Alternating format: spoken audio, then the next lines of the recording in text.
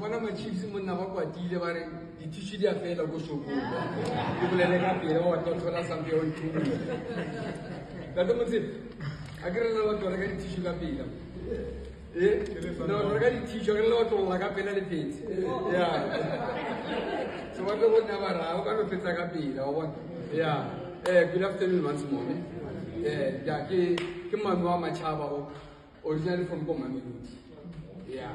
And I know the project didn't do profile in Yago, but I'm a business mentor, I'm a coach, and I'm also a legal consultant. My background is actually in law. Right? But then I realized that I think the biggest mistake they made was to put a lawyer as the last speaker. You know, we can talk, guys. Yeah, you know, we can talk. And I can see some of them, some of it is already doing transit again. But that, I think maybe starting off, I think we're living in a different world. And I want to say that to the leaders. You know, the leaders of today are not the same as the leaders of yesterday.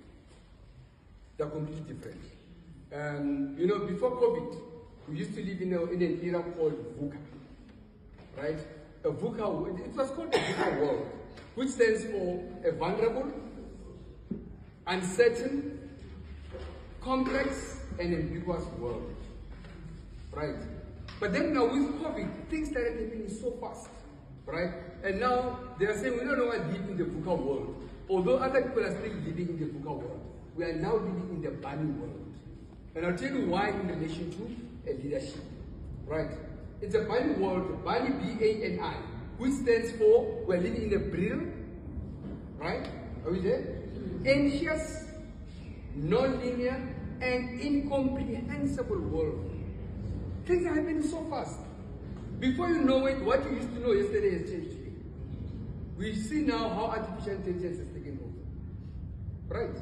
But then now, that doesn't mean that you as a leader, you must suddenly change and become unethical to suit the circumstances. You're going to be faced with challenges, and very tasking challenges where you have to make very difficult decisions as leaders, right?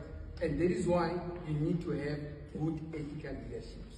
And you'd agree with me that in the religious space, people that had good religious leadership skills, we're talking about Jesus Christ, we're talking about Moses, right?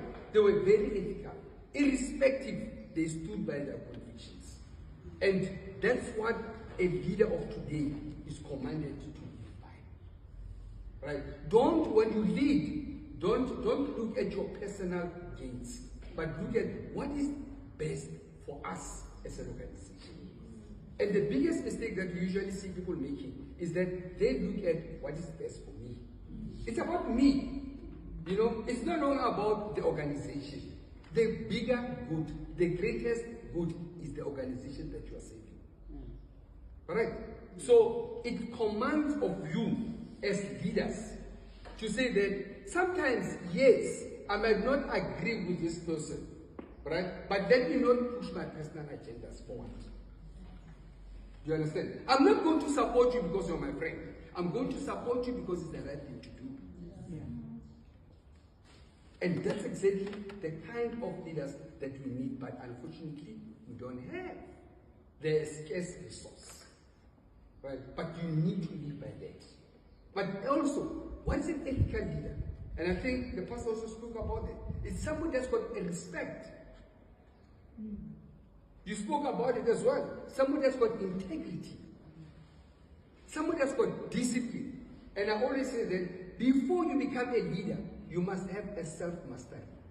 Yeah. Know yourself. And know yourself very well. Yeah. You cannot lead other people if you cannot lead your own self. Yeah.